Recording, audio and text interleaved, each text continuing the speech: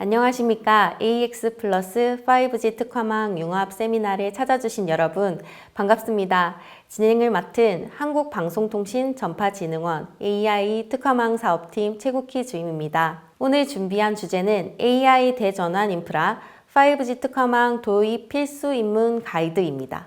요즘 로봇을 들이고 AI 검사를 놓고 물류를 자동화하는 기업이 부쩍 늘어났습니다. 그런데 현장에 가보면 이런 말씀을 자주 하십니다. 장비는 최신인데 왜 기대만큼 안 돌아갈까? 그 질문에 답을 찾다 보면 결국 연결이라는 문제에 닿습니다. 오늘 세미나는 이 연결이라는 문제를 해결하기 위해 이름은 들어봤지만 어딘가 막막한 5G 특화망을 두고 우리 공장에 정말 필요한가? 비용은 얼마나 드나? 무엇부터 시작해야 하나? 같은 현실적인 궁금증에 하나씩 답을 드리기 위해 마련했습니다. 오늘은 네 분의 전문가를 순서대로 모십니다. 먼저 5G 특화망 지원센터에서 제도와 국내외 현황을, 이어서 에이나에서는 경제적 효과와 제조 분야 적용 사례를, 세 번째로 VC 솔루션즈에서 구축할 때 따져봐야 할 기술 비용 전략을, 마지막으로 한국전파진흥협회에서 기업이 활용할 수 있는 지원 프로그램을 소개해 드립니다. 각 발표가 끝날 때마다 제가 여러분을 대신해 궁금한 점을 하나씩 여쭤보겠습니다. 오늘 웨비나는 두비즈와 KCA 공식 유튜브, KCA 크카TV로 함께 송출되고 있고요. 화면 아래 실시간 채팅으로 질문을 남겨주시면 발표 중간과 마무리 온라인 컨설팅에서 다뤄드리겠습니다. 그럼 지금부터 시작하겠습니다. 첫 번째 전문가를 모시겠습니다. 첫 순서는 오늘 논의의 출발점입니다. 5G 특화망 지원센터의 김경빈 과장님 모셨습니다. 안녕하세요. 네, 반갑습니다. 김경빈입니다. 예. 실제로 요즘 정부 정책이나 산업 현장의 화두는 단연 AI 대전환 AX인데요. 그런데 왜 AX 이야기 끝에는 늘 5G 특화망이 따라붙는 걸까요? 예, 일단은 AI가 사무실 화면 안에 머물 때는 딱히 통신망이 크게 문제되지는 않습니다. 다만 이제 로봇이 생산 라인을 돌아다니고 카메라가 실시간으로 분량을 잡아내고 그리고 설비 데이터가 쉼없이 오가기 시작하면 이야기가 달라집니다. AI를 현장으로 끌어내리는 순간 망은 곧 성능의 한계선이 되는 거죠. 그래서 정책도 이 둘을 떼어놓지는 못합니다. AI와 통신망이 따로가 아니라 한 몸이라는 말씀이시군요. 그러면 그 융합을 정부는 어떻게 뒷받침하고 있나요? 예, 정부는 전용 주파수를 기업과 기관에게 직접 공급하는 5G 특화망 제도가 그 출발점이고 여기에 자율제조, 자율물류처럼 AI와 특화망을 함께 얻는 융합 실증 사업이 이어지고 있습니다. 오늘은 국내의 특화망 추진 현황과 지원센터의 역할까지 한 번에 정리해 드리도록 하겠습니다. 네, 발표 부탁드립니다. 안녕하십니까. 이번 5G 특화망, 정부 브랜드명으로는 이은5G, 국내 추진 현황에 대해 소개해 드리도록 하겠습니다. 우선 발표에 앞서 특화망에 많은 관심 갖고 시청해 주시는 시청자분들께 감사드리며 발표 내용이 많은 도움이 되었으면 좋겠습니다. 발표는 5G 특화망에 대한 소개부터 국내의 현황, 정부 지원을 통한 실증 사례를 소개해 드리며 마지막으로 지원센터와 특화망 활성화 정책을 간략히 말씀드리고 마치도록 하겠습니다. 우리의 산업은 1차 산업혁명의 증기기관을 통한 기계화를, 2차 산업혁명은 전기와 대량 생산을 통한 규모의 경제를, 3차 산업혁명은 정보통신기술을 기반한 자동화를 가능하게 하였고 4차 산업혁명은 AI 데이터 초연결을 통해 지능화의 시대를 열었습니다. 그리고 현재 우리는 자동화 중심의 AX 산업을 준비해야 하는 시점이 다가왔습니다. 지난 2025년 CES 행사에서 엔비디아 젠슨 왕이 발표를 했습니다. AI가 이렇게 진화를 할 것이다. 끝은 피지컬 AI가 될 것이고 우리는 제너레이티브 AI와 에이전틱 AI 어딘가에 있을 것이다 라고 이야기하고 있습니다. 결국은 우리가 바라보는 저 끝점에는 사람이 하는 일에 로봇이 존재할 것이라고 보고 있습니다. 우리의 정부 역시 국정과제에 AI 3대 강국, 3대 메가 프로젝트 등의 슬로건을 내걸었고 5G가 최초에 도입되었을 때에도 AI는 굉장히 큰 화두였습니다. 드디어 AI 시대로 구현하는 통신이 도입되었다 라고 했고 5G가 되었을 때 모든 팩토리들이 스마트해질 것이다, AI가 될 것이다 라고 이야기를 했습니다. 그런 시간들이 지나 현 정부 들어 AI 고속도로라는 표현을 쓰면서 AI를 국가의 핵심 전략으로 끌어왔습니다. AI로 모든 것이 이루어지는 다크 팩토리, 즉 무인 공장의 청사진입니다. 여기서 설비, 로봇, AGV 등 AI 기능을 실시간으로 연결하여 DX, AX, RX, DT를 위한 실시간 데이터의 수집과 AI 활용을 가능하게 하는 AI 공장. 그래서 이런 미래의 AI 산업 현장을 위해 현실적으로 적용 가능한 솔루션 중 하나가 특화망이 될 수 있습니다.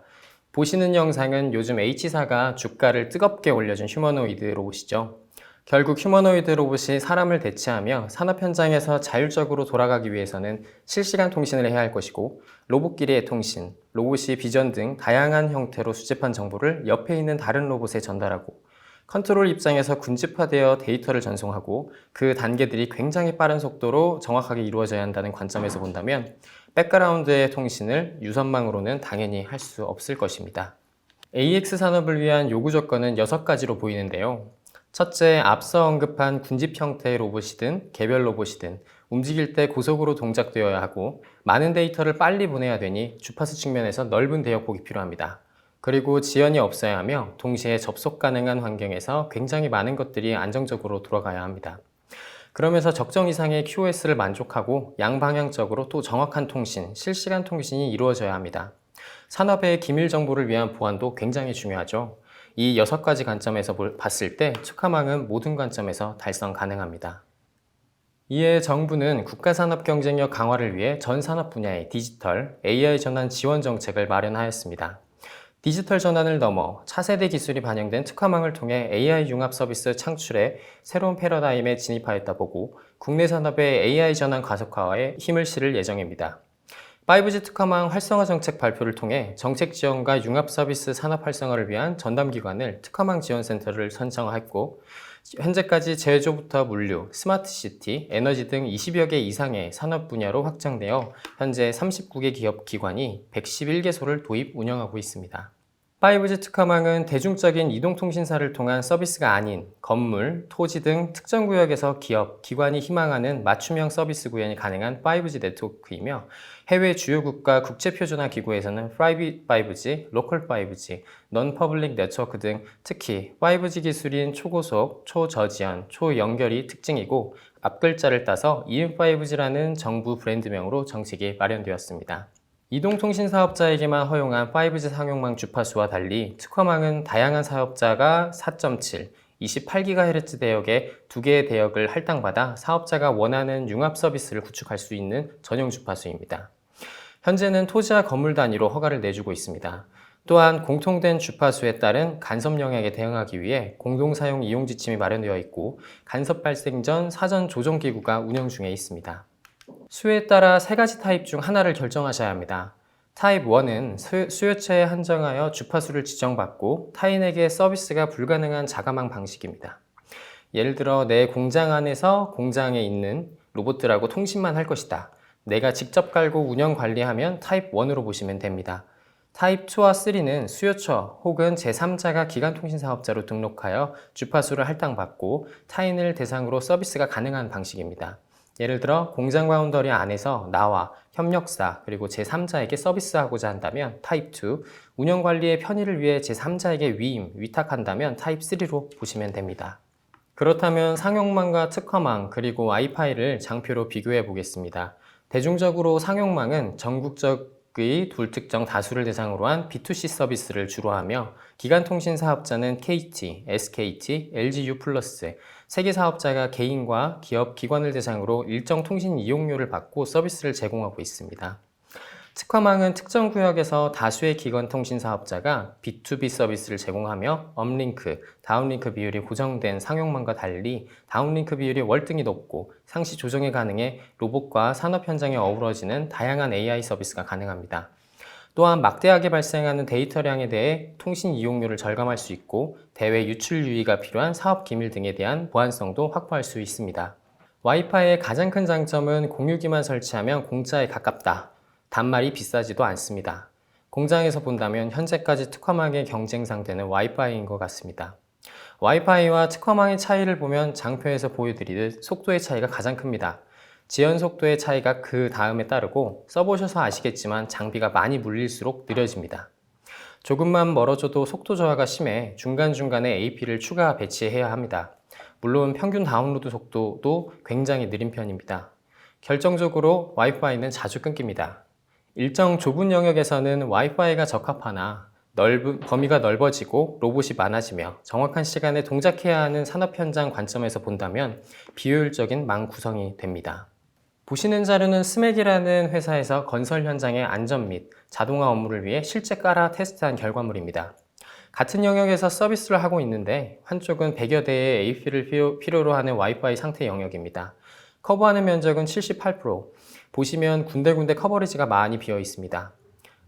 반면 특화망은 동일한 커버리지에 적용하였을 때 20여 대의 장비로 99%의 면적을 커버하며 TCO 관점에서 보면 와이파이 대비 43%의 투자 효과가 있었다는 결과를 보여주고 있습니다.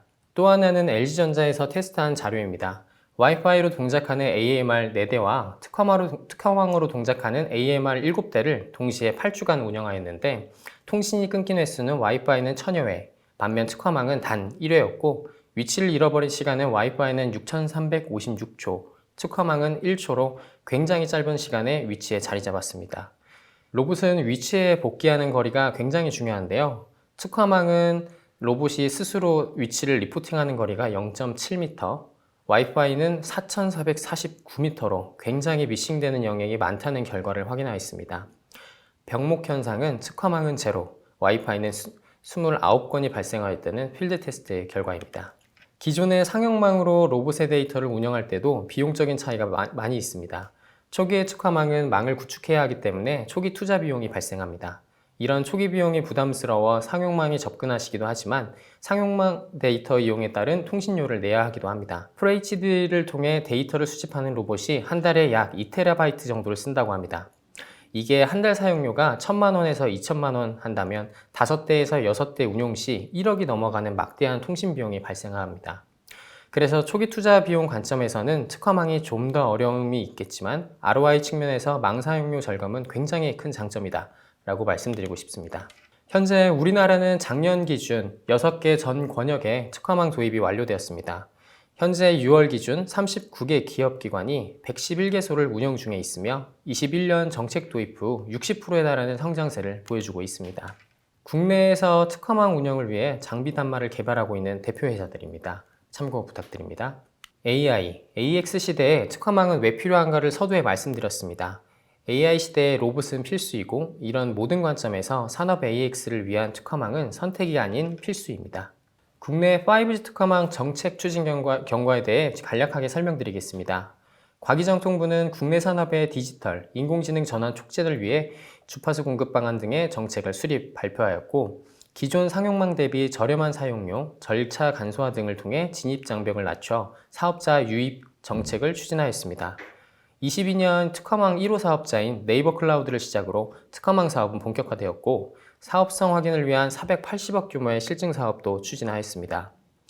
지난 4년간 특화망의 수요는 꾸준히 증가하고 있으며 정부와 KCA는 AI 시대에 대비하기 위한 전파지능 기본 계획, 신유형 특화망 모델 발굴 등 다양한 정책 발굴에 노력을 아끼지 않고 있습니다. 다음으로 5G 특화망 국내외 현황을 소개해드리겠습니다. 글로벌 시장 동향 조사 보고서에 따르면 특화망은 미국, 독일, 영국, 중국, 일본 순으로 이용 분야로는 제조 분야가 가장 많이 활용되고 있으며 교육, 광업, 국방, 문화 순으로 확산되고 있습니다.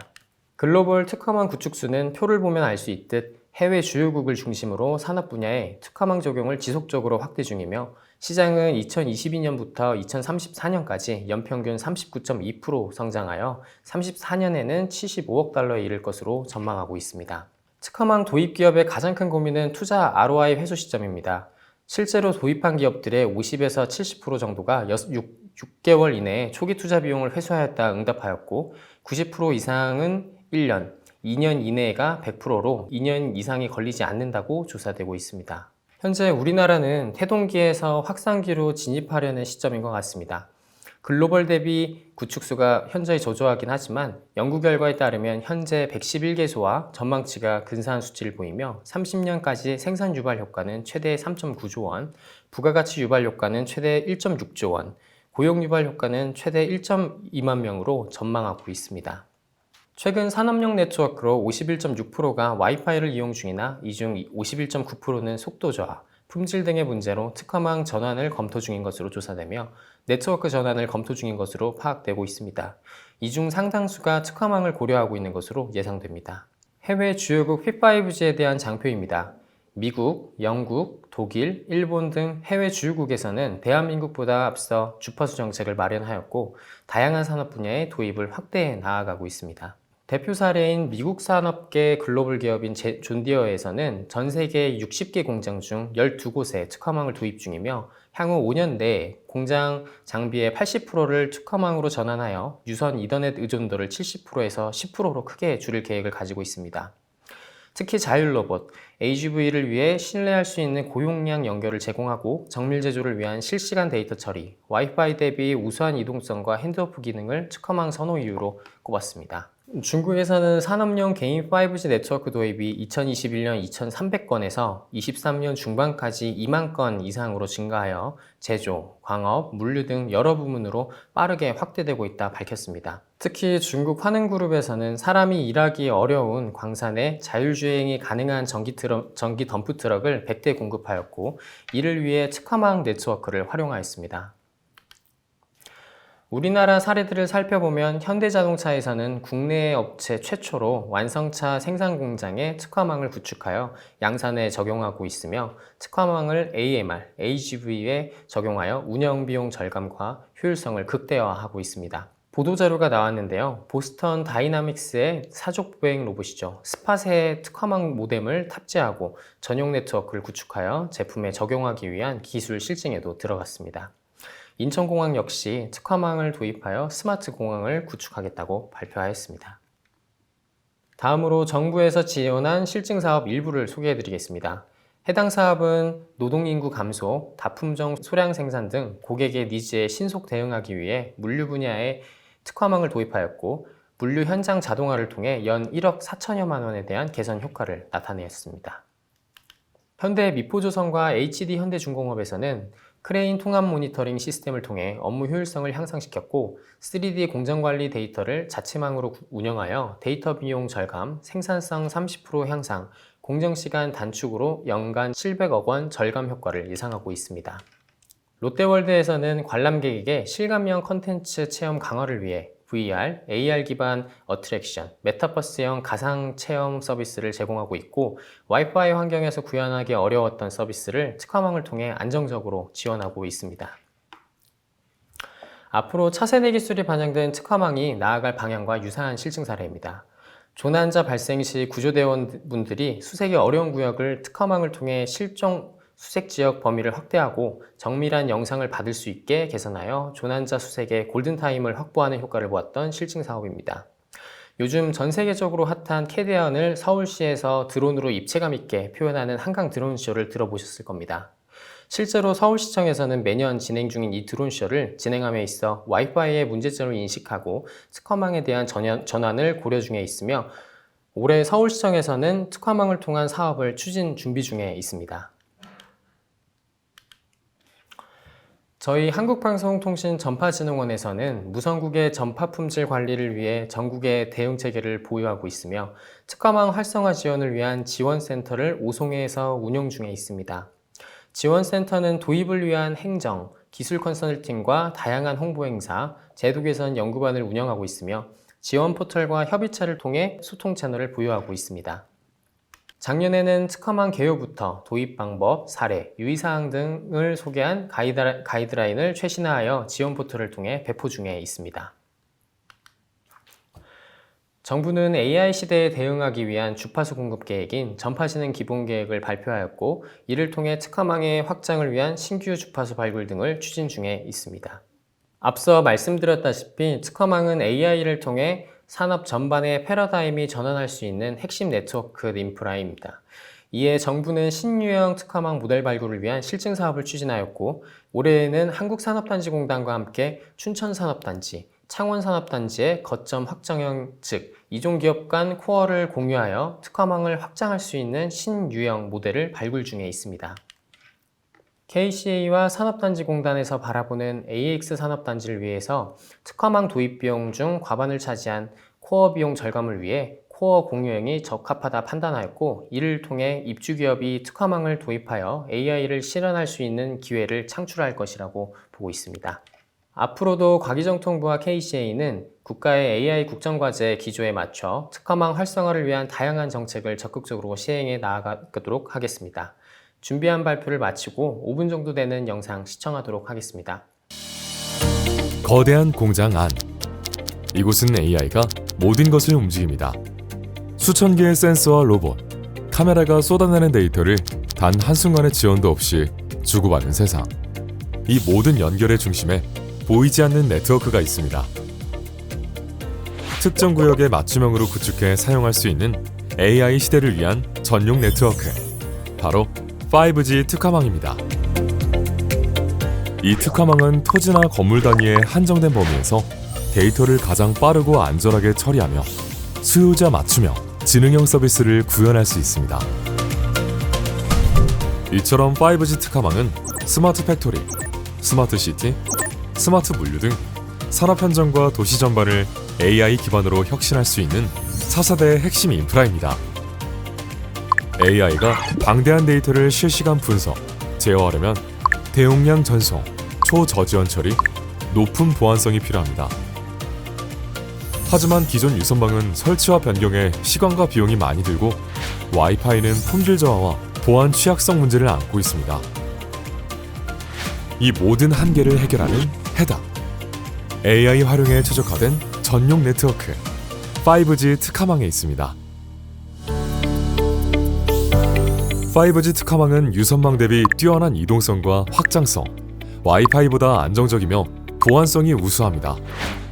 다수의 장치가 동시에 연결되어도 품질이 유지되고 넓은 커버리지와 원활한 핸드오버로 대규모 산업 현장에 최적화되어 있습니다. 네트워크 슬라이싱, 엣지 컴퓨팅과 결합해 대용량 데이터 전송, 실시간 제어, 보안성 강화 등을 가능하게 합니다. 이미 미국, 일본, 독일, 영국 등 주요국은 산업 현장에 특화망 전용 주파수 사용을 확대하고 있습니다. 우리나라도 2021년 제도 도입 이후 제조, 물류, 헬스케어, 교육, 농업 등 다양한 분야로 확산되고 있으며 2024년 5월까지 39개 기업, 기관, 92개소의 주파수가 할당되었으며 2030년에 최소 458개소에서 최대 1368개소까지 증가할 것으로 전망됩니다. 스마트 제조 공장에서는 AI 비전 검사, 자율주행 물류 로봇, 디지털 트윈 기반 설비 관리가 5G 특화망으로 구현됩니다. 물류 분야에서는 AGV와 AMR을 안정적으로 연결해 병목 구간을 해소하고 작업 효율을 높입니다.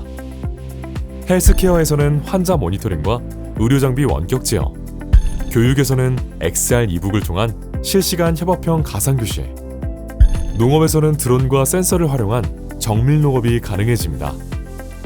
네이버 클라우드는 국내 최초로 자체 5G 특화망을 구축해 로봇과 스마트 빌딩을 운영하였습니다. LG전자도 5G 특화망을 자체 개발하고 한국네트워크 산업협회로부터 국산 네트워크 장비 인증을 받았습니다. 현대미포 조선소는 100만 제곱미터 규모 조선소에 특화망을 설치해 디지털 혁신을 추진 중입니다. 또한 식품진흥원은 세계센터와 본관에 5G 특화망 기지국과 코어를 구축, 제조, 물류, 품질관리, 전 과정을 실시간으로 관리하고 있습니다. 정부와 산업계는 추가 주파수 발굴, 융합 서비스 모델 발굴 등을 통해 5G 특화망 생태계를 확장하고 있습니다. 이를 위해 5G 특화망 지원센터는 주파수 신청 지원부터 구축, 운영 컨설팅, 간섭 조정, 이용 활성화까지 모든 과정을 원스톱으로 지원합니다. 5G 특화망은 더 이상 선택이 아니라 미래 산업의 필수 인프라입니다. 모든 연결이 안정되고 모든 데이터가 실시간으로 흐르는 세상. 산업의 속도와 가능성을 바꾸는 힘. 그 변화의 중심에 5G 특화망이 있습니다.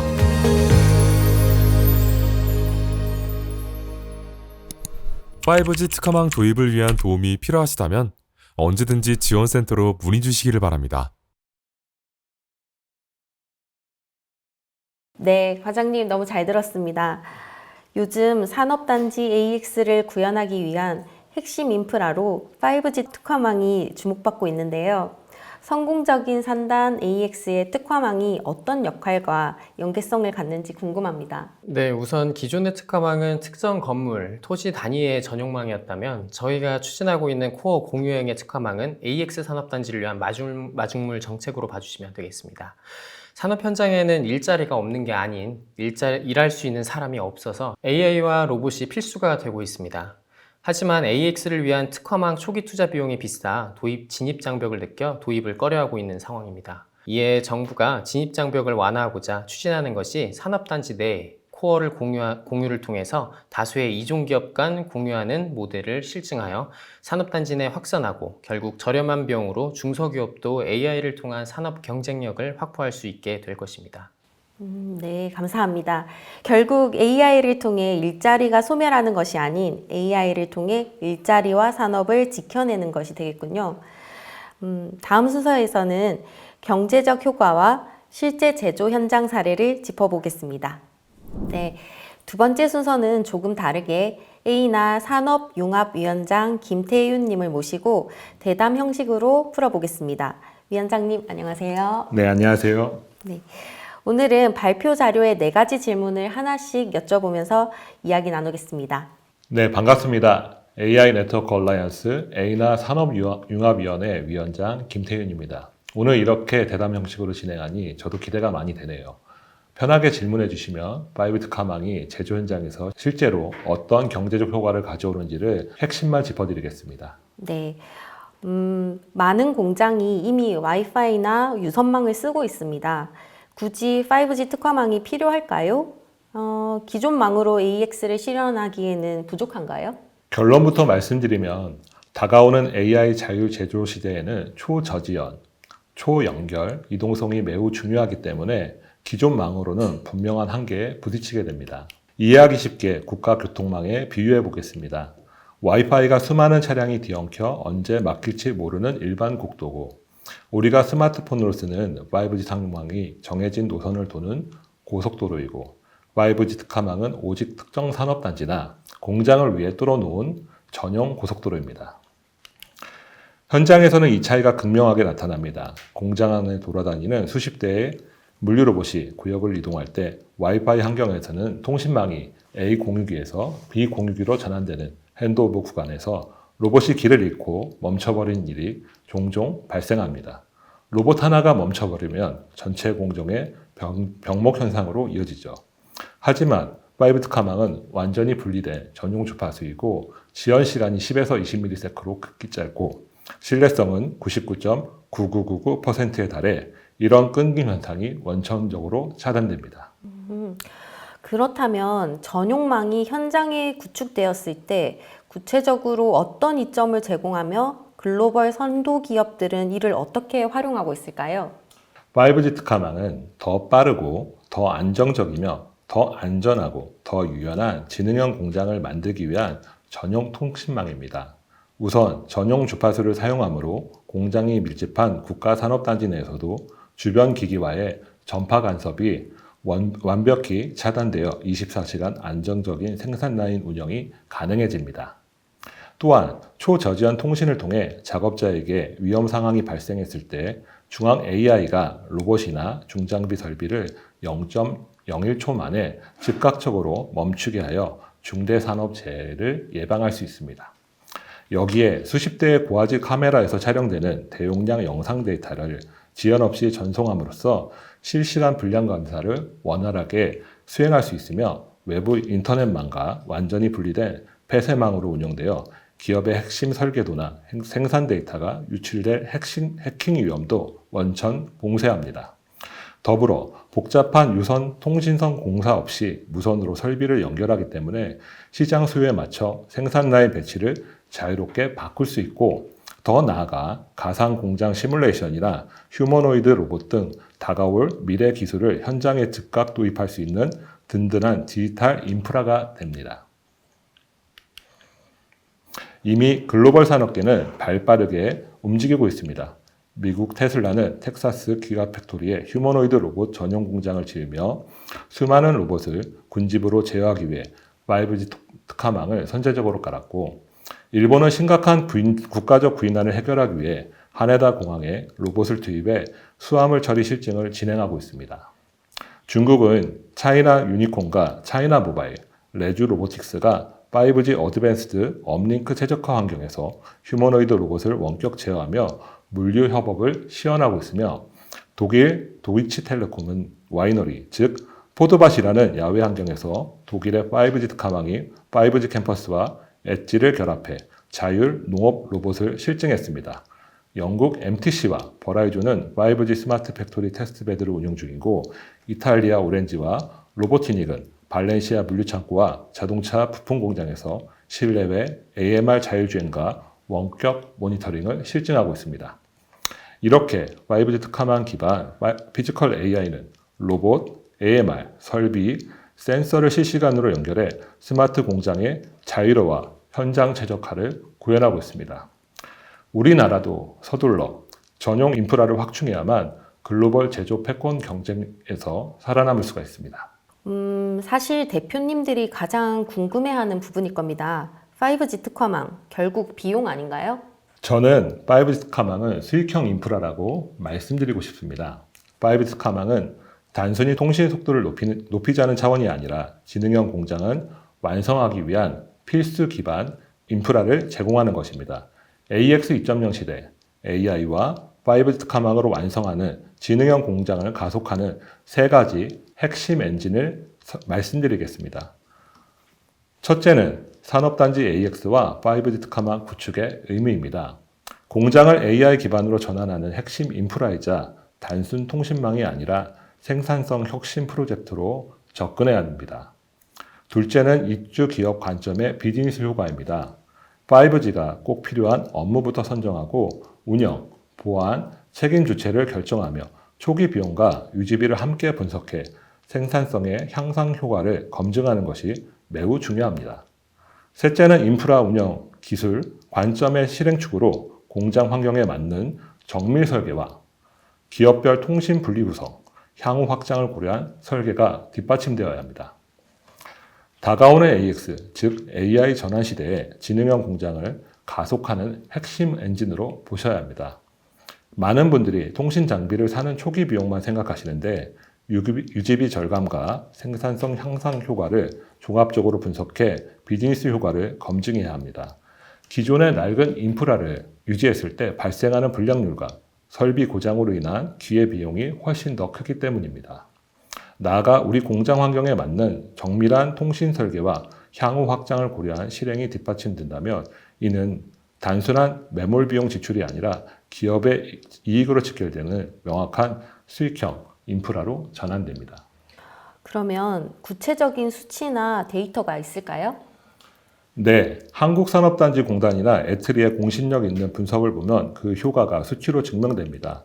5G 특화망을 도입한 기업들의 제조 생산성은 평균 10에서 30% 올라가고 불량률은 최대 80%까지 떨어집니다. 물류 분야는 처리 효율이 15에서 20%까지 개선되고 인력 비용이 절감됩니다. AI 영상 안전관리 분야에서는 산업재해가 40에서 50% 감소하고 설비 종합 효율 OEE가 15% 향상됩니다. 에너지 관리 측면에서는 에너지 사용량이 15에서 20% 절감됩니다. 특히 주목할 부분은 자율 이동체는 적재 오류가 90% 줄고 24시간 무인 운영이 가능해지며 디지털 트윈은 고장 예측 정확도가 85%까지 오르고 다운타임이 65% 줄어듭니다. 대규모 장치 산업에서 공장이 하루 멈췄을 때 발생하는 수억 원의 손실을 생각하며 엄청난 방어 효과입니다. 5G 특화망 도입 전후의 물리적 비용 차이도 큽니다. 먼저 도입 전, 즉 기존 와이파이와 유선망 환경을 떠올려 보시죠. 물류 로봇인 AGV는 통신망이 전환되는 핸드오버 구간마다 연결이 끊겨 다운타임이 빈번하게 발생했고, 새로운 제품 라인을 깔기 위해 공장 레이아웃을 변경할 때마다 바닥을 뜯고 통신선을 다시 까는 재공사 비용만 매번 5천만 원에서 1억 원이 필요했습니다. 하지만 5G 특화망 도입 후에는 현장이 완전히 달라집니다. 제조 생산성은 평균 10에서 30% 올라가고 끊김이 사라진 AGV의 이동 속도는 30%나 빨라집니다. 무선화 덕분에 선이 사라져 레이아웃 변경 비용은 80% 이상 절감되고 고화질 AI 비전과 5G 결합으로 불량률은 최대 80%까지 감소합니다. 실제 국내외 산업 현장에서 이러한 수치들이 증명된 도입 사례가 있다면 소개 부탁드립니다. 우리나라의 핵심 산업인 조선업을 예로 들어보겠습니다. 현대중공업은 스마트야드에 5G 특화망을 구축했습니다. 조선소는 워낙 부지가 넓고 거대한 철조 구조물이 많아 기존 통신망으로는 전파가 닿지 않는 사각지대가 무척 많았습니다. 하지만 5G 특화망의 강력한 투과력과 커버리지를 활용해 무인 크레인과 물류 로봇을 원격 제어한 결과 생산성을 25% 높이면서도 작업자의 중대 재해는 45%나 줄이는 놀라운 성과를 냈습니다. 해외로 눈을 돌려보면 독일 BMW 뮌헨 공장이 대표적입니다. 이곳은 전통적인 컨베이어 벨트를 아예 없애버리고 로봇 250대를 무선으로 통합 제어해 생산 유연성을 40%나 끌어올렸습니다. 카타르 하마드 항만은 크레인 원격 제어를 도입해 불과 18개월 만에 투자 손익 분기점을 달성하기도 했고요. 물론 이 수치들은 업종이나 공정 특성에 따라 다를 수 있으므로 남들이 한다고 무작정 도입할 것이 아니라 우리 공장에서 가장 시급한 공정부터 찾아내어 정밀하게 적용하는 전략적 접근이 필요합니다. 네, 잘 들었습니다. 하지만 효과가 명확하더라도 중소, 중견기업이 밀집한 산업단지에서는 초기 구축 비용이 여전히 큰 진입장벽입니다. 이 막대한 초기 비용 구조를 어떻게 풀어야 할까요? 현장의 목소리를 들을 때 가장 많이 나오는 고민이 바로 그 지점입니다. 그래서 개별 중소기업이 처음부터 혼자 다 구축하려고 하지 마시라고 말씀드리고 싶습니다. 먼저 비용 구조를 정확히 이해할 필요가 있습니다. 초기 카펙스 구성을 보면 기지국 및 무선 장비, 즉 VLAN과 ORU가 42%로 가장 큰 비중을 차지하고 코어망이 26%, 단말, IoT, 센서, AGV, 모듈이 16%, 구축 설계 시스템 통합이 11%, 기타가 5%입니다. 연간 OPEX는 소프트웨어 패치, 장비 유지 보수, 기술 지원, 네트워크 운영, 전력비 등으로 구성되며 대체로 초기 카펙스의 10에서 15% 수준입니다. 참고로 이 비율은 애트리의 5G 특화망 TCO, ROI 분석과 키스티 경제성 분석을 참고한 추정치이며 서비스 범위와 시스템 구성 조건에 따라 달라질 수 있습니다. 이러한 초기 장비 부담을 해결하기 위한 단지 내 인접한 여러 기업이 코어망이나 관제센터를 공동으로 구축하여 비용을 십시일반 나누는 공유업 인프라 모델을 적극 활용할 수 있습니다. 또한 전문 통신 사업자가 망을 대신 지어주고 기업은 매월 정수기 렌탈하듯이 구독료만 내어 초기 투자비를 운용비로 전환하는 중립 호스트 모델도 중소기업에게는 아주 훌륭한 구조적 대안이 될 수 있습니다. 그렇군요. 그러면 인프라 공유 외에도 공공 차원의 지원이나 장비 도입 측면에서 기업들이 체감할 수 있는 현실적인 비용 절감 해법은 혹시 있습니까? 우선 구축 방식에 있어서 처음부터 공장 전체를 5G 특화망으로 설치하기 전에 당장 인건비 절감 효과가 큰 AI 비전 검사 라인이나 물류 로봇 몇 대부터 시작해 점진적으로 확장하는 단계적 구축 전략을 취해야 합니다. 여기에 공공 차원의 마중물 지원이 더해져야 하는데요. 현재 과기정통부나 한국산업단지공단 등에서 진행하는 다양한 5G 특화망 실증 사업과 산단 조성 사업에 기업들이 컨소시엄을 구성해 참여하면 보조금을 30에서 50%까지 지원을 받을 수 있어 초기 부담을 크게 덜 수 있습니다. 또한 5G 특화망 경량 장비들을 적극 도입하면 기업은 우리 공장에 딱 맞는 적정 성능을 찾아 총 소요 비용을 최적화할 수 있고 통신 장비 공급망의 안정성과 기술 자립도를 동시에 확보할 수 있는 일석이조의 효과를 가져갈 수 있습니다. 네, 마지막으로 오늘 말씀을 한 문장으로 정리하면요? 오늘의 핵심을 한 문장으로 말씀드리면 5G 특화망은 단순한 통신망 교체가 아니라 우리 기업의 제조 경쟁력을 실제 수치로 증명해내는 전략적 투자이자 국가 AI 인프라의 대동맥이라고 할 수 있습니다. 지금 화면을 보시면 우리나라 국가 AI 인프라는 반도체, AI 데이터 센터, 피지컬 AI는 3대 축으로 굴러가고 있습니다. 수백 지원이 투입되는 이 거대한 국가 전략들도 결국 산업 현장에 수많은 로봇과 센서, 데이터를 지연 없이 실시간으로 연결해주는 5G 특화망이 산업단지 밑바탕에 든든히 깔려야만 비로소 그 증가를 발휘하고 완성할 수 있습니다. 반도체 공정에서는 자동화, 자율물류를, AI 데이터 센터 쪽에서는 산업 현장과 데이터 센터를 잇는 전용 통신 인프라를, 피지컬 AI 축에서는 로봇과 센서, AMR, AGV의 실시간 연결과 제어를 각각 뒷받침합니다. 결국 AI 3대 축의 7층 무대는 5G 특화망 인프라 기반 산업단지이며 그 핵심 인프라가 바로 5G 특화망이라는 점을 강조드리고 싶습니다. 네, 산업단지 말씀을 계속 해주셨는데 당장 도입을 고민하는 산업단지 실무자들에게 꼭 필요한 핵심 제언을 4가지로 정리해 주시면서 진짜 마무리 부탁드리겠습니다. 네, 알겠습니다. 당장 실행을 고민하시는 산업단지 관계자와 기업 실무진들께 4가지 행동 원칙을 제안드리고 마무리하겠습니다. 가장 먼저 단독 구축의 부담에서 벗어나 산단 내 공동 인프라 구축이나 구축형 모델을 적극적으로 검토하여 초기 투자 허들을 가감히 낮추셔야 합니다. 그 다음으로 가격 경쟁력과 유지보수, 대응력이 뛰어난 5G 특화망 경량 장비를 우선적으로 활용하여 국가 산업 생태계 강화와 기술 자립에 동참해 주시길 바랍니다. 적용 단계에서는 자율 이동 로봇 도입이나 AI 품질 검사처럼 당장 불량률을 낮추고 인건비를 절감할 수 있는 특정 공정부터 핀셋 적용하여 즉각적으로 수익 개선을 도모할 수 있습니다. 마지막으로 이 모든 과정을 한 번에 진행하려 하지 마시고 작은 단위에서 확실한 투자 회수를 검증한 뒤 점진적으로 넓혀가는 중장기적 구조를 단단하게 만들어 가시기를 제안드립니다.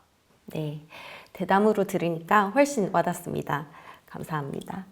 그런데 이렇게 작게 시작해 넓히기를 실제로 설계하려면 기술적으로 따질 것도 많죠. 다음 순서에서 구축 단계에서 비용이 새는 지점들을 짚어보겠습니다. 네, 3번째는 실전 구축 이야기입니다. VC 솔루션즈의 최대식 대표님이십니다. 안녕하세요. 안녕하십니까. 막상 구축에 들어가면 기업들이 어디에서 가장 돈을 많이 흘릴까요? 서비스 목적에 따른 과투자라고 생각을 합니다. 시스템 부분과 라이센스 부분에 대한 부분을 어떻게 잘 배치하냐에 따라 가지고 비용적인 부분은 상당히 축소하실 수가 있습니다. 이런 부분에 대해서 오늘 설명을 드리려고 하고 있습니다. 네, 비용이 새는 지점을 콕 집어주신다니까 반갑네요. 발표 부탁드리겠습니다. 오늘 5G 특화망 성공 도입을 위한 핵심 가이드로서 소개할 VC 솔루션드 최대식입니다. 먼저 시작하기 전에 고객이 가장 두려워하는 부분에 대해서 한번 짚어보도록 하겠습니다. 장비 가격과 그리고 통신 전문 인력에 대한 전담 고용, 아울러 유지보수를 어떻게 할 것인가 라는 유지보수에 대한 방향성에 대해서 많이 고민을 하고 계십니다. 아울러 우리에 대한 공장에 대한 규모를 어떻게 가져갈 것인지 공장적인 부분에서도 많이 고민을 하십니다. 하지만 이러한 부분들을 현실적인 부분에서 한 번 더 생각을 전환을 한번 해보신다면 이런 부분에서 비용적인 부분은 상당히 절감하실 수가 있을 것입니다. 우선 클라우드 방식을 한번 생각해 보시면 될 것 같습니다. 클라우드 방식은 구독형으로서 활용하시는 부분입니다. 그리고 이런 부분에서 대시보드를 활용하신다면 대시보드는 비전문가가 마우스 클릭함으로써 유지보수를 할 수 있는 부분도 있습니다.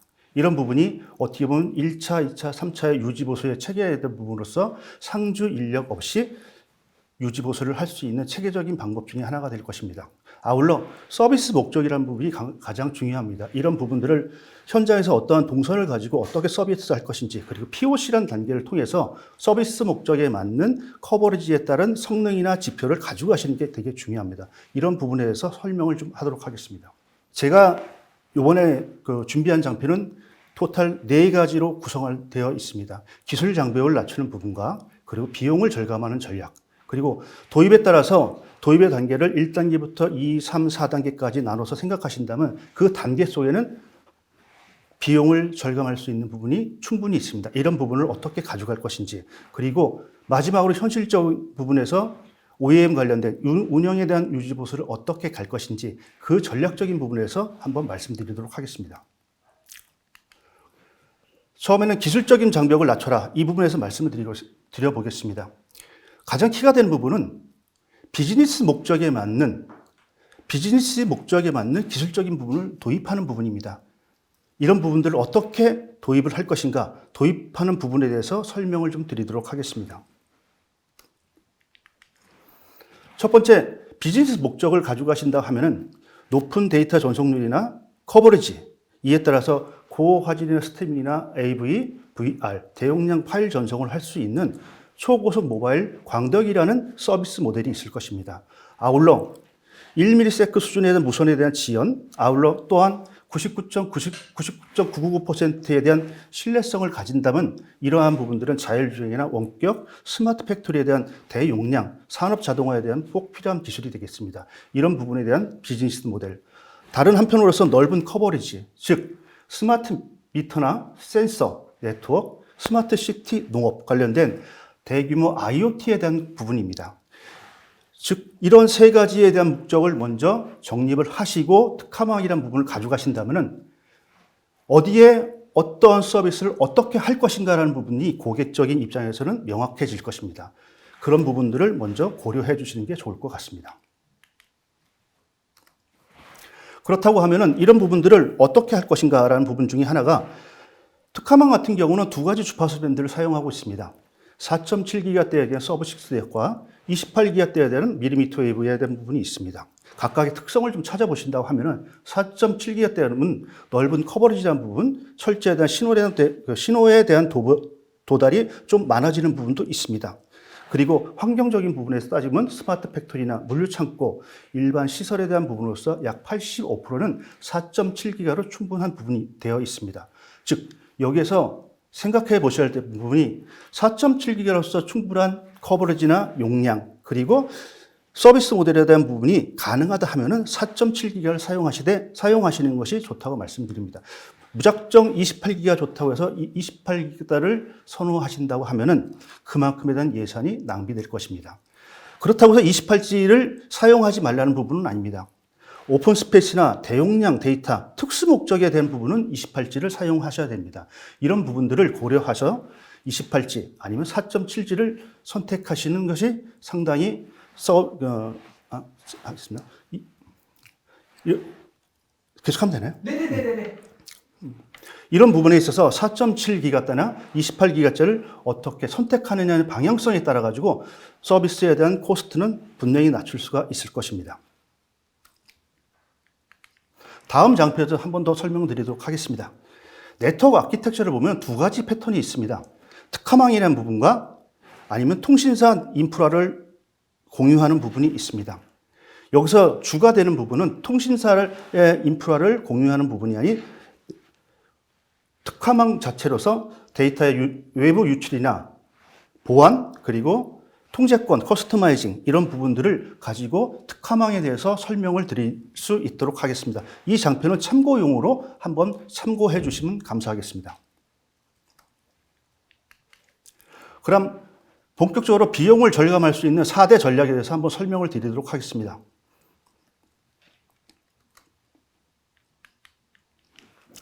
첫 번째, 특화망이라 하면은 두 가지 모델이 있습니다. 온프라미스라는 자가에 놓고 직접적으로 사용하시는 부분이 있을 거고요.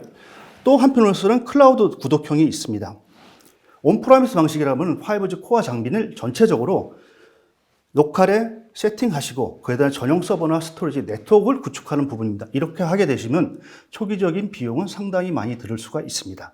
아울러 각각의 케이스에 따라서 전문 엔지니어가 상주해야 될 필요성도 있습니다.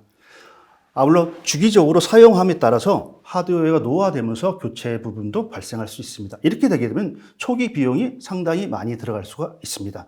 반면에 클라우드 구독형을 사용하신다 하면은 클라우드란 부분은 서버에 코어 시스템을 갖다 놓고 도입해 놓고 사용하는 부분이라서 초기 비용이 상당히 절감될 수가 있습니다. 다만 핵심적으로 보안 쪽이나 레이턴시에 대한 부분 문제가 있다 하면은 UPF 쪽만 녹화를 놓고 쓰시면 문제되진 않습니다. 이렇게 초기 비용을 약 80% 정도 낮출 수 있는 부분이 클라우드 방식이라고 생각할 수가 있습니다. 즉 구축에 대한 부분을 구독형으로 시작을 해서 검증을 통해서 온프라이머스로 가시고 그 다음에 단계적으로 확장해 나가신다 하면은 비용적인 부분은 충분히 절감하실 수가 있을 것입니다.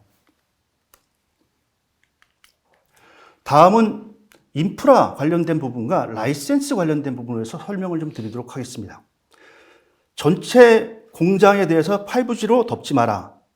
이 부분에서 접근할 수 있는 부분은 필요한 부분만 먼저 5G로 접근해 보시라는 부분을 말씀드리고 싶습니다. 기존에 사용하고 있는 고정 저용량 센서 와이파이나 유선이란 부분들은 그대로 두시고 특화망을 사용할 수 있는 서비스 콘텐츠에 대해서만 특화망을 사용을 하신다고 하면은 기지국에 대한 수량이 감소하고 그에 따라서 코스트는 절감될 것입니다. 아울러 라이센스 부분도 한번 말씀드려 보도록 하겠습니다. 라이센스라 부분은 통상적으로 시스템에 대해서 가지고 있는 정책적인 부분입니다.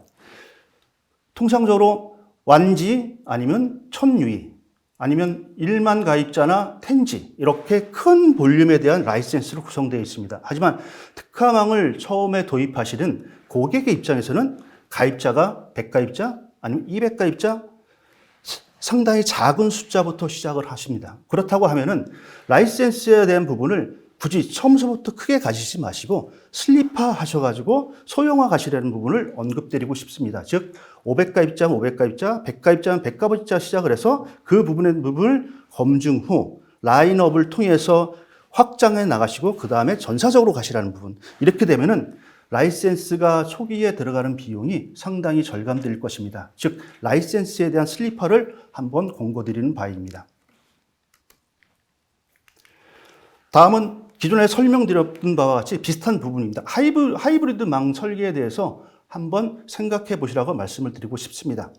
무작정 5G가 좋다고 해서 전사적으로 확장하신다는 부분보다는 필요한 부분만 먼저 5G로 가시고 기존에 사용하고 있는 와이파이나 유선 이 부분하고 혼용해 주실 것을 먼저 말씀을 드립니다. 왜냐하면 커버리지란 부분은 어차피 와이파이란 부분까지 유선이란 부분까지 다 가져가게 된다면 그 부분이 코스트 즉 비용에 대한 부분으로서 부담을 느끼시게 될 겁니다. 그래서 하이브리드 방식으로서 기지국을 최소화하시고 기존에 쓰고 있는 인프라를 사용하시고 그 다음에 비용적인 부분을 확인하시면서 점차적으로 5G를 확대해 나가시는 게 좋을 것 같습니다. 그래서 5G가 필요한 곳에만 5G 서비스라 요 말씀을 좀 드리고 싶습니다. 다음은 4단계 도입 로드맵에 대해서 한번 말씀을 드려보겠습니다. 어떻게 보면은 많은 가입자, 소비자분들께서 생각하시는 부분이 계약을 통하고 그 다음에 구축을 통해서 인서비스를 바로 가십니다.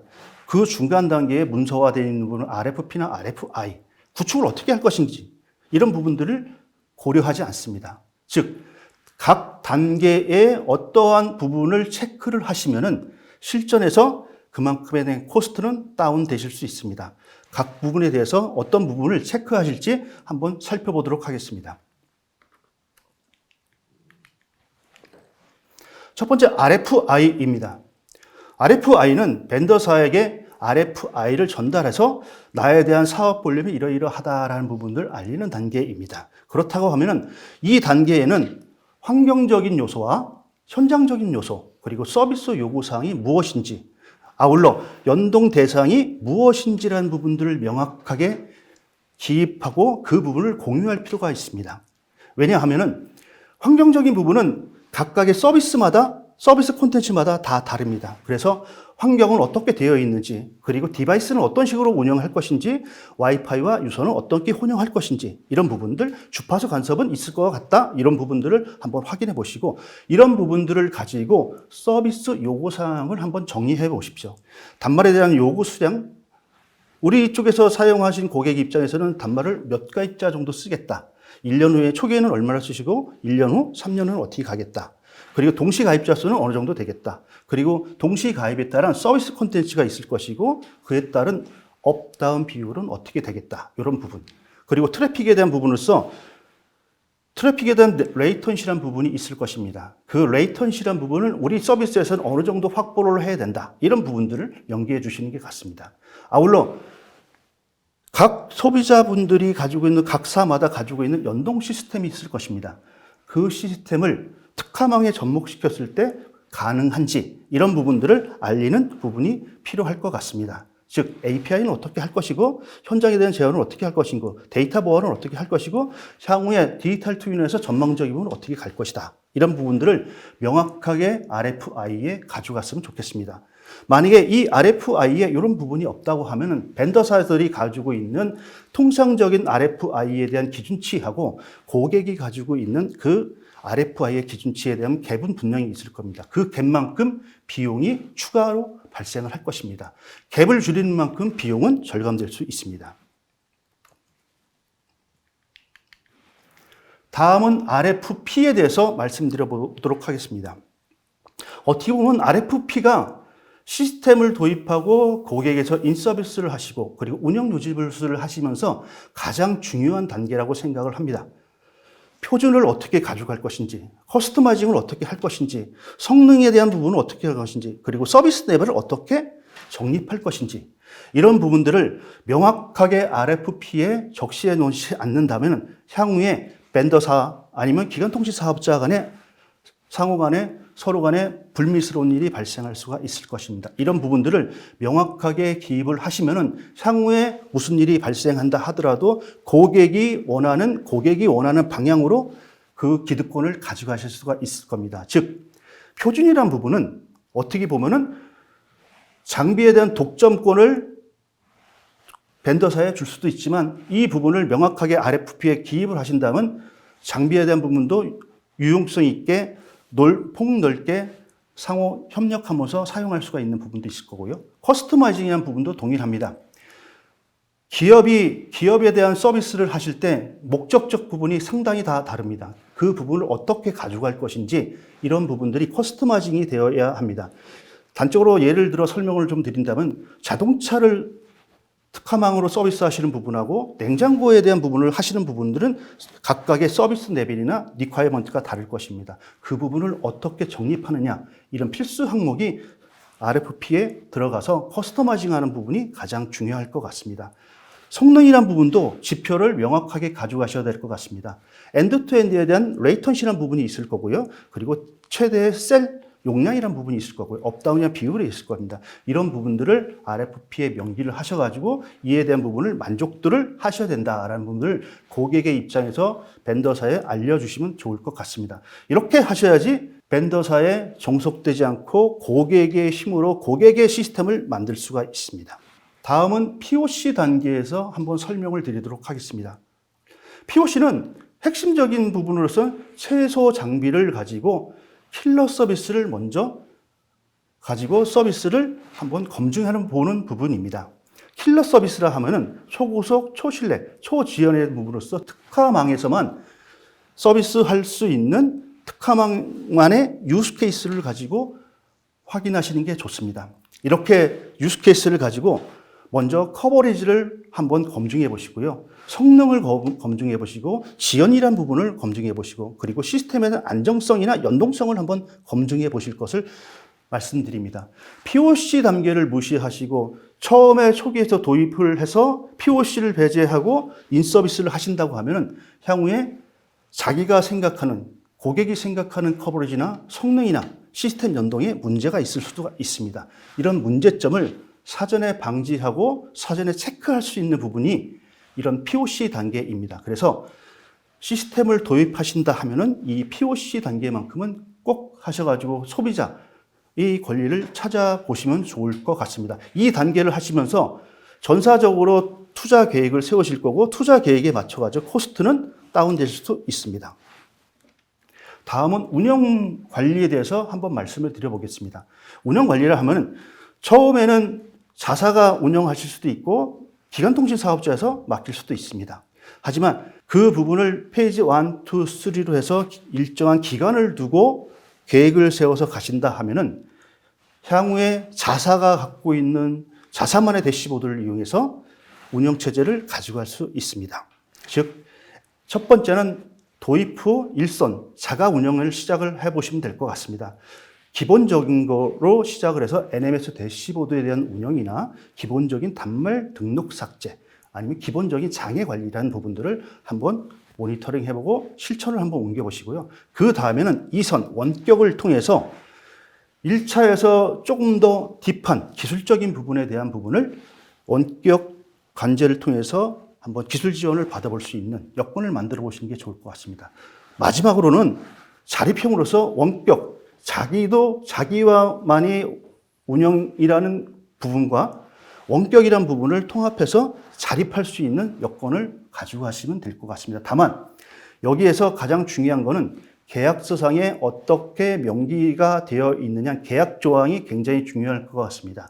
이 부분은 처음에 단계 중에 RFP에 아마 명기가 되어야 될 것으로 생각을 합니다. 기술적인 이전 완료, 어떤 시기에 어떻게 할 것인지라는 부분과 대시보드에 대한 부분, 대시보드를 어떻게 커스터마이징 하면서 그 부분이 고객에게 유지보수를 하면서 편의성을 가질 수 있는지, 이런 부분들을 명기해 두셔야 되는 부분이고, 교육에 대한 부분도 많이 중요할 것이라고 생각합니다.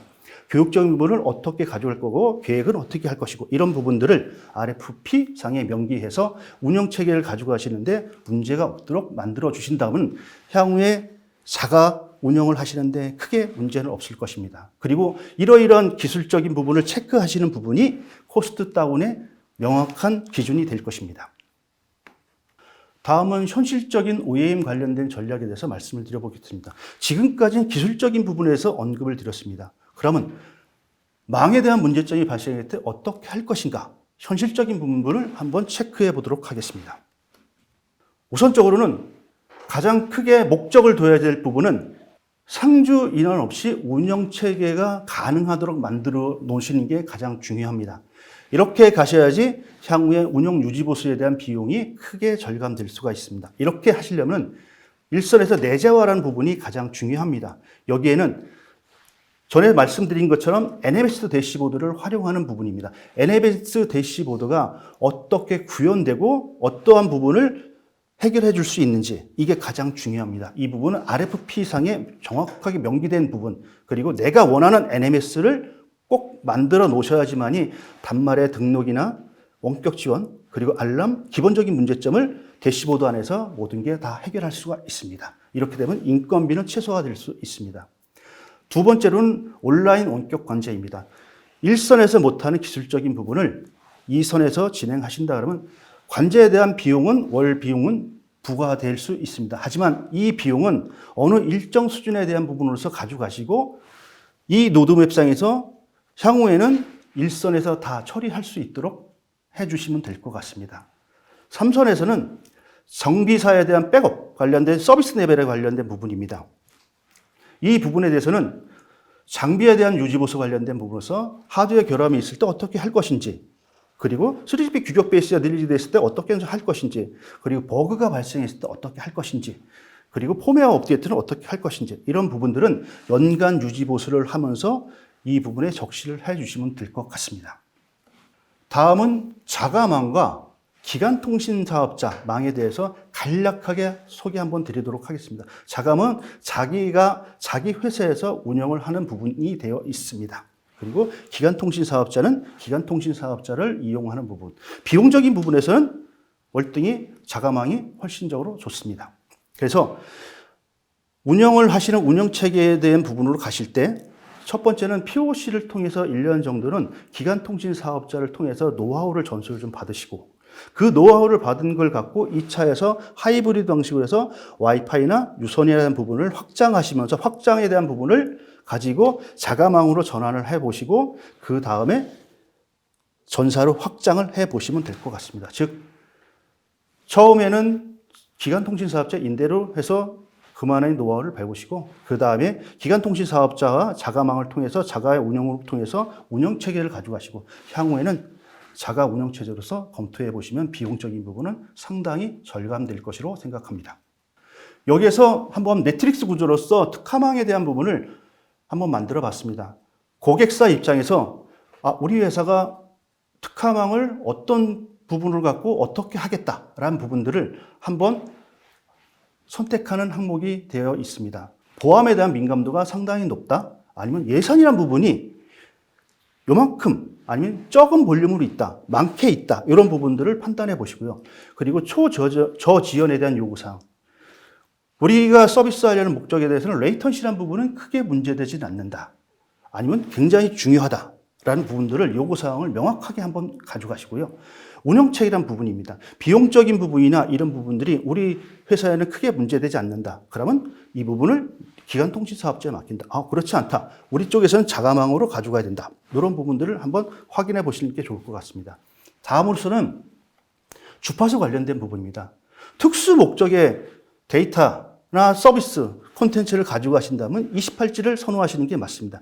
근데 그렇지 않고 레이턴시나 데이터 트루풋이나 이런 부분에 크게 영향을 받지 않는 구조의 서비스 타입을 가지고 가신다 그러면 28G가 아닌 4.7G를 권장해 드리고 싶습니다.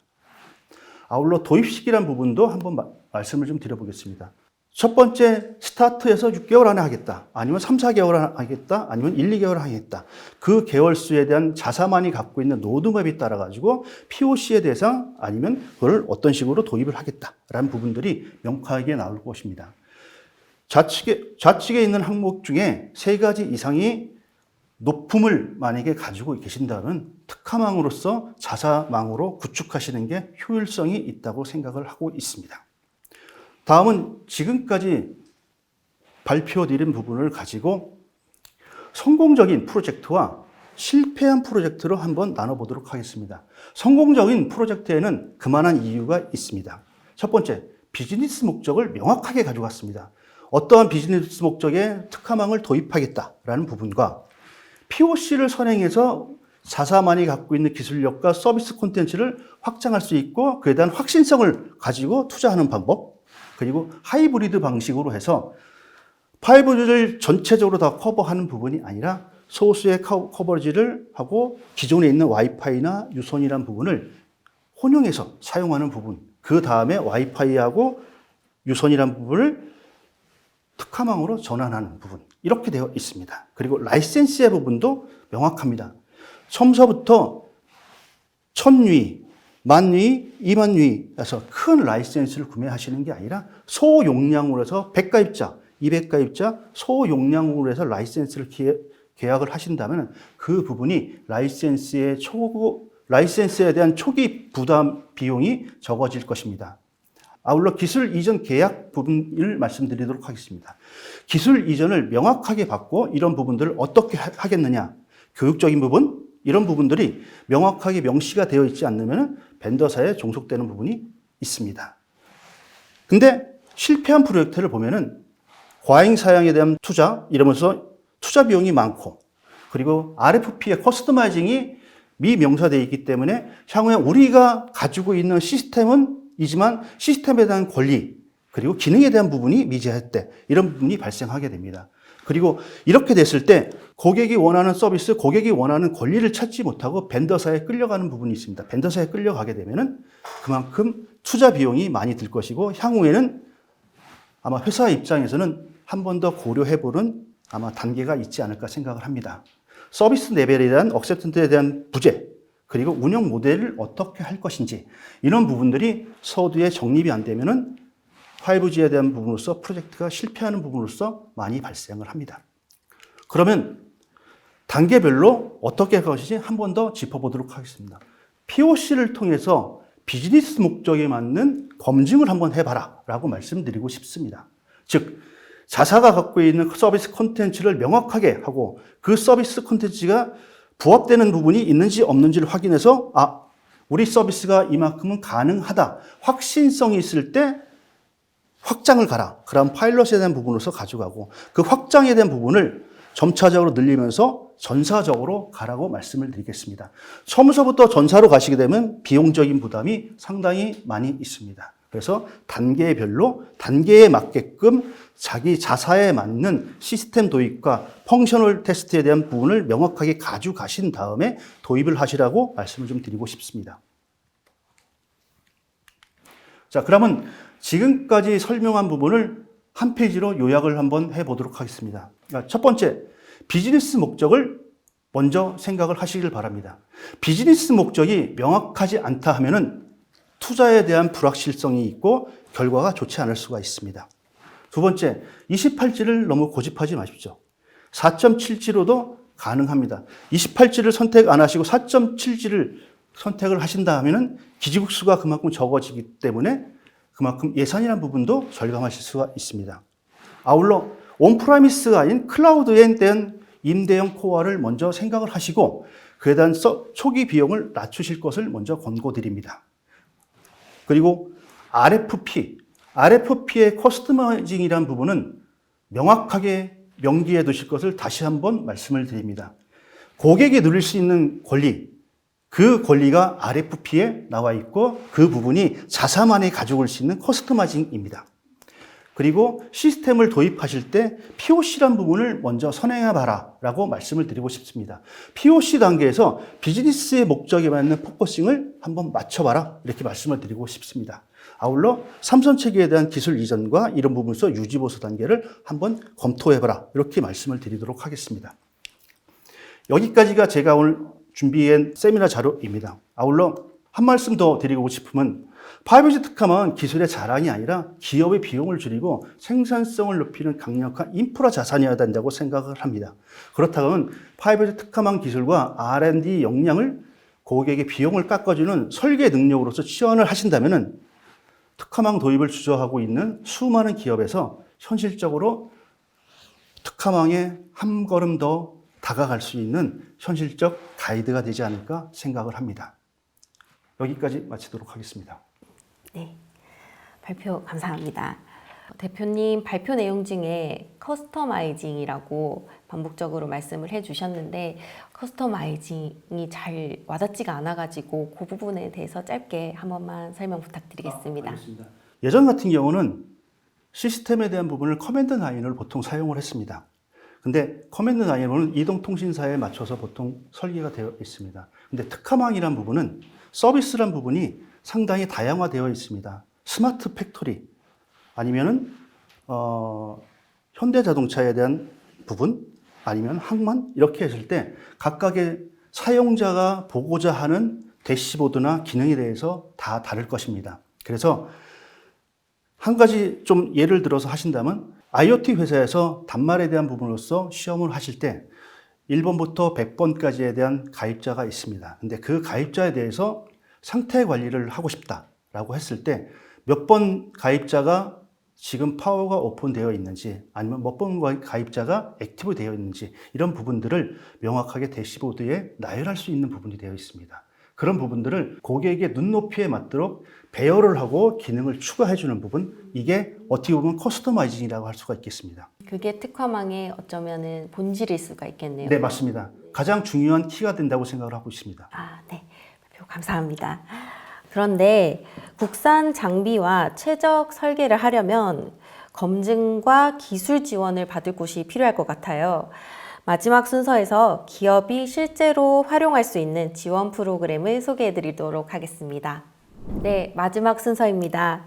한국전파진흥협회의 박세호 센터장님이십니다. 안녕하세요. 네, 안녕하십니까. 한국전파진흥협회의 박세호입니다. 앞선 발표에서 국산 장비, 검증이라는 말이 여러 번 나왔는데 협회는 기업들에게 어떤 지원을 하고 있나요? 저희 협회는 전파통신 분야의 전문 시험 기관이고요.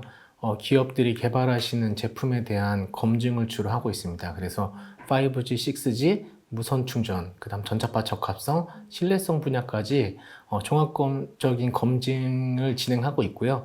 오늘 제가 소개해드릴 내용은 특히 차세대 특화망에서 기업들이 필요한 지원 프로그램과 저희가 지원했던 사례를 좀 발표드릴 예정입니다. 네, 실제 검증 데이터가 있다고 하니까 신뢰가 갑니다. 발표 부탁드리겠습니다. 네, 안녕하십니까. 한국전파진흥협회의 전파통신기술원 박세호입니다. 오늘 제가 발표드릴 내용은 차세대 특화망 생태계 활성화를 위한 기업 지원 프로그램과 사례입니다. 저희 한국전파진흥협회에서 제공하고 있는 기업 지원 프로그램과 대표적인 사례를 예를 들어서 처음 보시는 분들도 이해하실 수 있게 준비해 봤습니다. 오늘 발표 순서는 특화망 기술 동향, 그 다음 저희 협회에서 제공하고 있는 특화망 기업 지원 프로그램, 그 다음 마지막으로는 저희가 실제로 수행했던 대표 사례를 순으로 발표 드리겠습니다. 먼저 글로벌 시장 규모를 한번 살펴보겠습니다. 특화망 시장은 2024년 34억 달러에서 2030년 175억 달러로 연평균 35.4% 이상의 증가를 하고 있습니다. 그 중에서도 좀 주목할 부분은 오른쪽에 있는 서비스 비중의 변화입니다. 2024년도에는 하드웨어가 60%였다면 2026년도에는 서비스 분야가 55%로 전망하는 것을 볼 수 있습니다.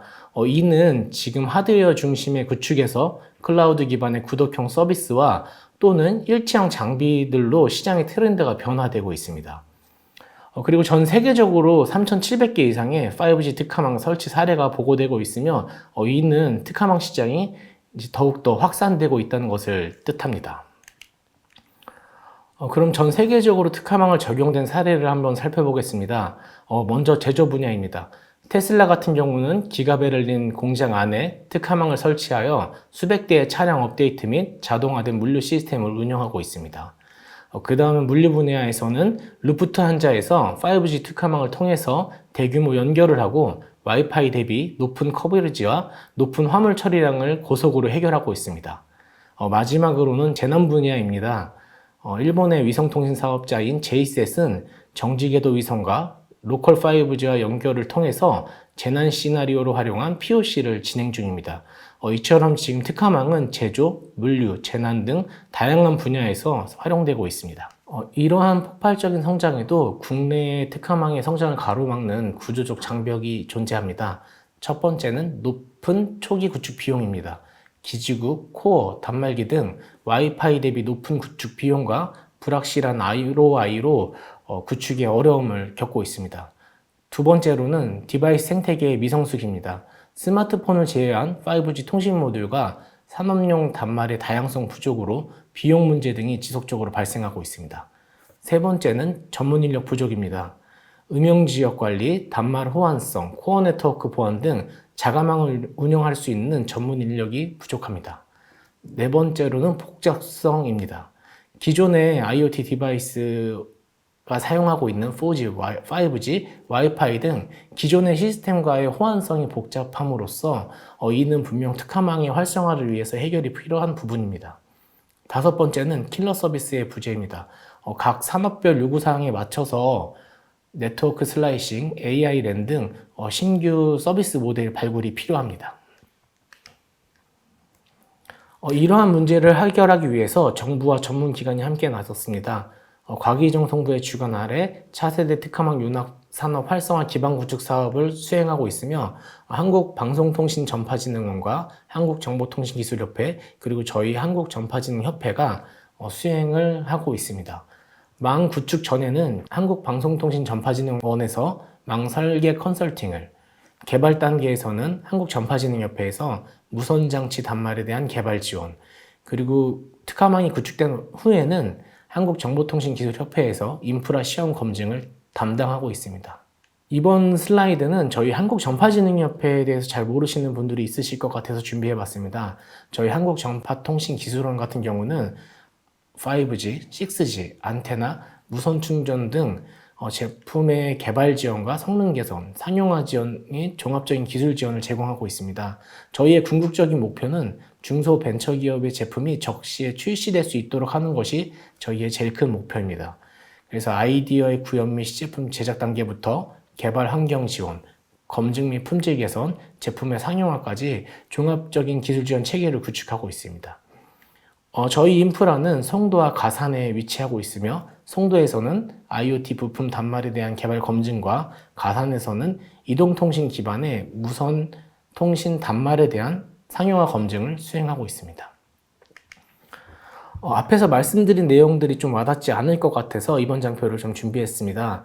저희는 전파, 통신, 신뢰성 분야에 특정 장비 및 시설 등을 보유하고 있습니다. 첫 번째로는 주파수 대역별에 따른 안테나의 성능 시험을 검증할 수 있는 시설을 준비하고 있고, 두 번째로는 4G, 5G, 와이파이, 블루투스 등 무선 통신 단말에 대한 성능 검증 시험 설비를 보유하고 있습니다. 마지막으로는 온습도, 진동, 충격, 낙하, 방수 등 제품의 신뢰성을 검증하는 신뢰성 검증 장비들을 보유하고 있습니다. 이러한 장비들 같은 경우에는 국내 중소 중견기업들이 구축하기에는 많은 비용이 들기 때문에 저희 협회를 활용하시면 개발하는 단계에서 많은 도움이 되실 것 같습니다. 그러면 이런 특화망 기업 지원 프로그램에 협회는 왜 추진했냐가 궁금하실 것 같은데요. 저희의 추진 배경은 중국 등 외산 중심의 부품 단말 시장 구조를 국내 중소 제조사로서 외산 의존도를 탈피하는 것이 저희 제일 큰 목표입니다. 현재 지금 국내 중소 제조사는 중국 등 외산 중심의 부품 단말 시장 구조로 시장의 진입 장벽이 존재합니다. 저희는 기업 지원 프로그램을 제공해서 제조사와 사업자 연계 협력을 통한 공급망 활성화와 국산화 기술 경쟁력을 확보하고 시장 진입을 가속화하고자 합니다. 세부적인 추진 전략은 첫 번째는 기업 기술 지원, 두 번째는 수요 공급 매칭, 세 번째는 인력 양성입니다. 세부적인 내용은 뒷장에서 설명드리겠습니다. 기업 지원 프로그램 3대 전략을 한번 살펴보겠습니다. 첫 번째는 특화망 무선 장치 단말 국산화 개발 지원입니다. 저희 협회가 보유하고 있는 전자파 차폐실, 계측 장비들을 오픈랩 환경으로 제공하여 기업들에게 단계별 기술 지원을 제공하고 있습니다. 두 번째로는 수요 공급 연계형 맞춤 지원입니다. 부품, 안테나, 모뎀, 센서 업체와 재난, 로봇, 물류 안전 분야의 산업별로 연계된 공급과 수요 매칭을 진행할 예정입니다. 또한 공신력 있는 품질 검증 결과서를 제공하여 납품 기회를 창출할 수 있습니다. 마지막으로는 특화망 인력 양성 및 실무형 교육입니다. 5G 특화망 이론부터 계측기 활용한 망 설계, 장비 용동, 장애 대응 등 현장 투입이 가능한 실무형 전문가 육성 프로그램을 제공할 예정입니다.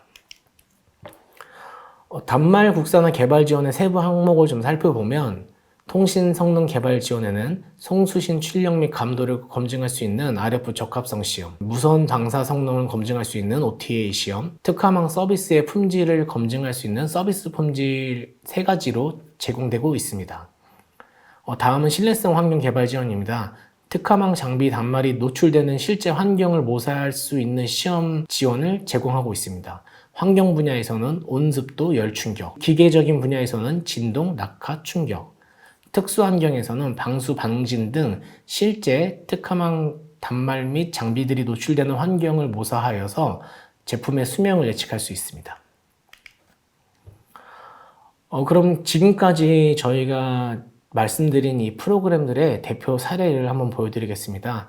제가 오늘 준비한 사례는 3가지이고, 첫 번째는 금속 함체 음영 지역에서도 안테나 적용에 따른 단말의 전송 속도와 수신 감도가 개선된 사례, 두 번째로는 이동용 5G 기반의 지연 시간과 전송 성능을 검증할 수 있는 사례, 세 번째로는 다층 제조 라인에서 특화망을 연동해서 품질을 검증한 사례 3가지를 보여드리겠습니다.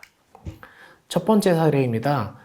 패시브 리피터 안테나에 대한 성능 검증을 진행하였습니다. 특화망이 설치된 환경은 기존에 새로 설치되는 것이 아닌 기존에 활용했던 제조 라인 등에서 이런 특화망이 설치되기 때문에 예상치 못한 금속 함체 등으로 인한 전파 음영 지역의 커버리지가 부족한 현상이 많이 일어나고 있습니다. 그래서 저희는 국내 기업과 함께 패시브 리피터 안테나에 대한 검증을 진행하였습니다. 실제로 전자파가 차폐되는 환경을 구현하였고, 이러한 패시브 리피터 안테나의 개수별로의 업링크, 다운링크 전송 속도 비교, 그리고 단말이 놓여있는 거리별 전개 강도를 측정하였습니다. 검증 결과입니다. 미장착했을 때에는 24Mbps였던 속도가 특화망 주파수 대역에서 패시브 리피터 안테나를 증가할수록 38Mbps로 업링크 전송 속도가 개선되는 것을 확인할 수 있었습니다. 또한 수신 감소 또한 개선되었습니다. 근데 이 중에서도 제일 의미 있는 데이터 결과는 미장착했을 때에는 2.5m 정도의 단말이 노출됐을 때 통신이 두절됐지만 이 패시브 리피터를 장착했을 때 3.5m까지 통신을 유지할 수 있다는 것입니다. 결국에는 콜드랍을 방지할 수 있고 커버리지를 확대할 수 있다는 것입니다. 이러한 패시브 리피터는 기존의 중계기와 같은 전원 공급이 필요한 장비를 설치하지 않아도 이러한 안테나로서 성능을 개선할 수 있는 사례입니다. 두 번째 사례는 스마트 팩토리 산업 자동화에서 검증했던 사례입니다. 이동형 5G 특화망 기반의 제조 자동화 공장 안에서 로봇 설비의 모니터링과 제어했던 서비스를 검증하였습니다. 저희가 여기서 주로 검증했던 내용은 제어와 모니터링의 지연 시간과 데이터 전송 성능이었습니다. 결과를 보시면 모니터링 지연, 제어 지연, 데이터 전송이 모두 목표치를 만족할 수 있는 것을 확인할 수 있었습니다. 이는 국내 기업이 개발한 단말이 스마트 팩토리 현장에서 적용 가능성을 입증하고 국산 부품의 연동 검증이 가능하다는 대표적인 사례입니다. 마지막 사례는 5G 특화망 M2N 연동 품질 검증 사례입니다. 제조 장비 로봇의 5G M2N 연동 무선 환경에서 검증을 진행하였으며 이 부분에서는 안산의 데모 공장에서 1층, 2층, 3층에 다층의 제조 라인에서 종합적으로 검증을 하였습니다. 저희가 여기서 검증한 항목들은 신호 품질, 전선 성능, 신호 간섭, 전파 환경 등을 검증하였습니다. 검증 결과를 보시면은 신호 품질과 신호 간섭이 모두 우수한 등급을 받았으며 전파 환경에서도 이 특화망이 운영되는데 간섭 영향이 없음을 확인할 수 있었습니다. 이러한 기업 지원 대표 사례를 종합해 보면은 선순환 생태계를 구축할 수 있다는 것입니다. 개발과 도입 과정에서는 저희 협회의 인프라를 활용한 국산화 개발 지원을 통해서 저희 라파가 검증을 진행하고 이러한 검증 결과서를 발급함으로써 수요 기업들은 공신력 있는 품질 결과 보고서를 확보할 수 있습니다. 이러한 결과 보고서를 수요처에 활용하여서 실질적인 납품 기회를 창출하는 선순환 생태계를 구축할 수 있다는 것입니다. 그러면 이러한 대표적인 사례들에 대해서 어떻게 지원되고 절차에 대해서 궁금해하실 것 같은데요. 일단 접수는 저희 홈페이지 또는 아래 나와 있는 연락처를 주시면 저희 엔지니어가 전문가 매칭과 시험 규격을 협의하고 저희 인프라를 활용한 기술 개발 지원을 통해서 품질 결과 레포트를 발행하는 4단계의 기업 지원 절차를 수립하고 있습니다. 네, 혹시 기업 지원이 필요하신 기업들은 아래에 보이시는 연락처 또는 홈페이지로 연락 주시면 저희가 성실히 대응하도록 하겠습니다. 성공적인 차세대 특화망 도입에 라파가 함께하겠습니다. 네, 이상으로 발표를 마치겠습니다. 감사합니다. 네, 발표 잘 들었습니다. 이런 기술 지원 혹시 비용이 드나요? 중소기업도 대상이 되는지, 그리고 어떻게 신청하는지도 궁금합니다. 일단 저희 협회 같은 경우는 중소 중견기업을 기업 지원을 제공하고 있고요. 이러한 비용들은 대부분 과기정통부라든지 정부의 지원을 받아서 운영하고 있습니다. 그래서 기업들이 부담이 되지 않는 선에서 제공되고 있고요. 특히 오늘 발표드린 이 차세대 특화망 같은 경우는 현재 무상으로 제공되고 있기 때문에 언제든지 관심 있으신 기업들은 앞에 슬라이드에 나와 있던 문의처로 연락 주시면은 저희가 성실히 기술 지원에 임하도록 하겠습니다. 네, 감사합니다. 개발부터 검증, 판로까지 이어지는 그림이 인상적입니다. 오늘 네 분의 발표로 제도부터 경제적 효과, 구축 전략과 지원 방안까지 특화망 도입에 필요한 전 과정의 핵심 로드맵을 살펴볼 수 있었습니다. 오늘 웨비나 어떠셨습니까? 5G 특화망이 막연한 미래 기술이 아니라 지금 우리 공장의 생산성과 비용을 바꾸는 현실의 투자라는 점을 확인하셨길 바랍니다. 지금부터는 온라인 컨설팅 시간입니다. 화면 아래 두비즈 실시간 채팅으로 우리 회사 상황을 남겨주시면 도입 유형 선택부터 비용 설계, 정부 지원 사업 매칭, 기술 검증까지 맞춤형으로 상담해 드립니다. 오프라인 방문이 어려운 기업도 부담 없이 참여하실 수 있습니다. 또한 AX 플러스 5G 특화망 융합 세미나는 계속됩니다. 오는 9월 9일 킨텍스에서 중소기업 스케일업을 위한 AI 특화망 적용 사례와 지원 방향을 주제로 세미나가 열립니다. 많은 관심 부탁드립니다. 지금까지 시청해주신 여러분께 감사드립니다. 여러분의 성공적인 AX를 응원합니다.